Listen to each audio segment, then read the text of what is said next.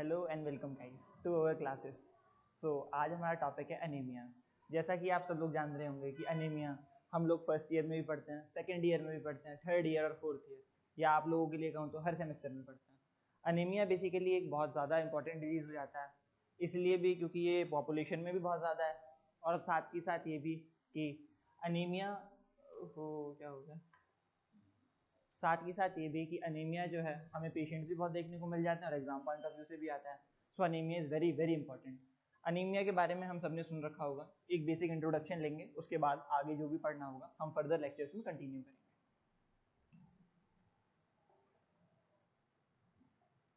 Topic का नाम है anaemia.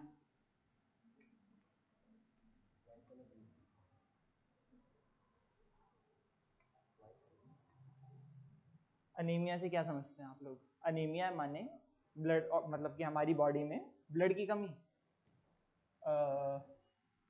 Lack of blood in body.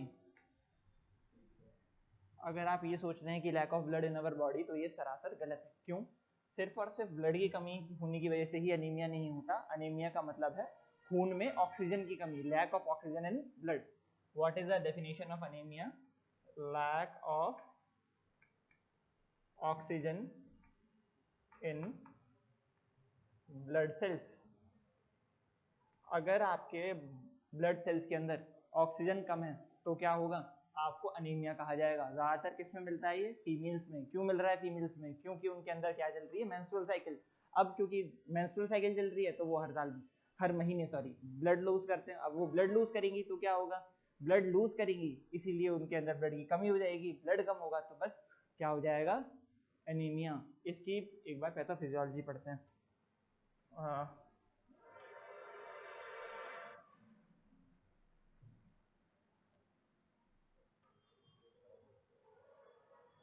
होगा कैसे एनीमिया? देखेंगे। मान लेते हैं ये हमारी ह्यूमन बॉडी है, इसका नाम जो भी है, इसके अंदर किसी भी वजह से मान लेते हैं इंजरी हुई। क्या हुआ? इंजरी हुई। इंजरी होने की वजह से इसके अंदर हो गया ब्लड का लॉस। ब्लड लॉस होने की वजह से ऑक्सीजन की कमी हुई। ऑक्सीजन की कमी होने की वजह से इसको हो गया एनीमिया। एक तो ये रीजन हो गया। दूसरा रीजन हो गया कि ब्लड जो बनता है, आप सबको पता होगा, वो बनता है आयरन से। किससे? आयरन से, Fe। अब आप बताओ, अगर आपने आयरन लिया, मैंने मान लो ये लिख दिया आयरन, आयरन, और ये ह्यूमन है कोई, इसने ये आयरन खा लिया, तो क्या वो 100% एब्जॉर्ब हो जाएगा? बिल्कुल नहीं। 100% आयरन एब्जॉर्ब नहीं होगा। आयरन जो है हमेशा Fe+2 की फॉर्म में एब्जॉर्ब होता है। Fe+2 जिसको कहते हैं फेरस। क्या बोलते हैं? फेरस। फेरस, और सॉरी फेरस, फेरस, फेरस। लेकिन ये ज्यादातर होता है नॉन वेज में। किसमें? नॉन वेज में। अब अगर आप वेजिटेरियन है तो क्या होगा? अगर आप वेजिटेरियन है तो क्या होगा? अगर आप वेजिटेरियन है तो आपके अंदर आयरन जाएगा Fe+3 की फॉर्म में। इसको कहते हैं फेरिक। क्या कहते हैं इसको? फेरिक। फेरिक। अब ये फेरिक आपने खाया, ये फेरिक अब कन्वर्ट होगा Fe+2 में, और उसके बाद एब्जॉर्ब होगा। इस कंडीशन में भी बड़ी दिक्कत आती है, क्योंकि बॉडी को Fe+3 को Fe+2 में कन्वर्ट करना पड़ता है। अब और क्या दिक्कत होगी खून के बनने में? खून के बनने में और दिक्कत ये होगी कि मान लीजिए आपने आयरन तो खा लिया, लेकिन आयरन के साथ पी ली कॉफी। आयरन मान लेते हैं Fe+3, बॉडी ने मशक्कत करके Fe+2 बना लिया, लेकिन आपने क्या कर लिया? इसके अंदर कॉफी पी ली, या फिर कैफीन दे दिया इसको, कॉफी। कुछ लोगों ने कोल्ड ड्रिंक ले लिया, कोल्ड ड्रिंक ले लिया, तो इसका एब्जॉर्प्शन डिले हो जाएगा। No absorption.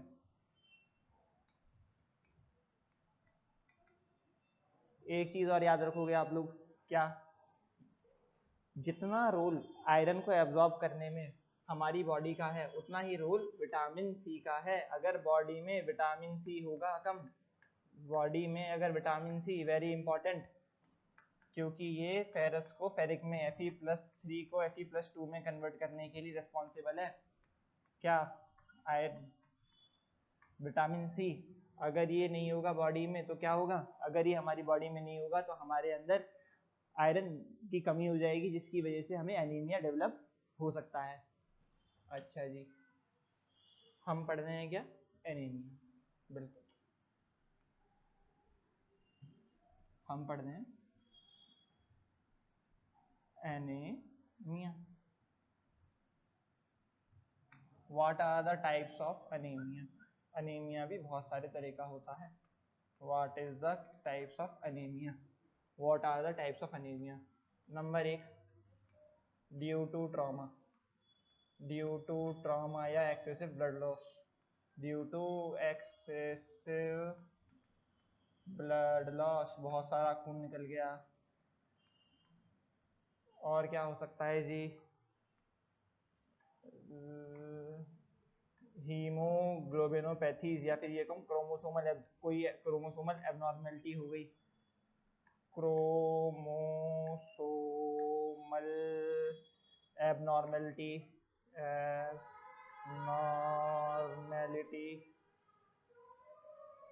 क्रोमोसोमल एबनॉर्मेलिटी के अलावा भी क्या हो सकता है?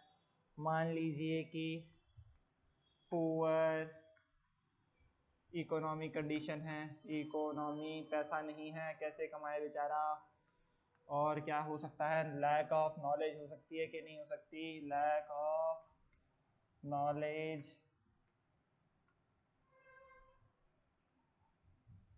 और क्या हो सकता है? Lack of knowledge, poor economy, chromosomal abnormality. Chromosomal abnormality में क्या आ जाएगा? सिकल सेल एनीमिया, थैलेसीमिया की बॉडी में जो ब्लड बन रहा है वो गलत तरीके से बन जा रहा है। एक्सेसिव ब्लड लॉस में क्या हो जाएगा? हेमोरॉइड्स हो गए, पाइल्स हो गई, या शुद्ध हिंदी में कहें तो बवासीर हो गई। अब क्या होगा? अब ब्लड लॉस होगा, इंजरी हो गई, चोट लग गई, ब्लड लॉस हो गया, अब क्या होगा? एनीमिया होगा। और क्या? एक्सेसिव मेंस्ट्रुअल ब्लीडिंग हो रही है, अब क्या होगा? एनीमिया होगा। फीमेल्स में अधिकतर देखने को पाया जाता है। और कोई तरीका, और कोई reason? Excessive blood loss, chromosomal abnormality, lack of knowledge, poor economy, बस। ठीक है। और अब मान लो कि आप आयरन तो ले रहे हैं, लेकिन ले रहे हैं किसके साथ? कॉफी के साथ, तो भी दिक्कत आएगी। ये सारी बातें हुई आपकी एनीमिया से रिलेटेड। अब पता कैसे चले कि आपको एनीमिया है या नहीं है? अगर आपको पता करना है तो उसके लिए कराना पड़ेगा डायग्नोसिस। डायग्नोसिस मीजर्स कैसे करेंगे? सिंपल ब्लड टेस्ट करेंगे। सिंपल ब्लड टेस्ट, एक ब्लड टेस्ट कर करके आपकी हीमोग्लोबिन का वैल्यू आ जाएगा।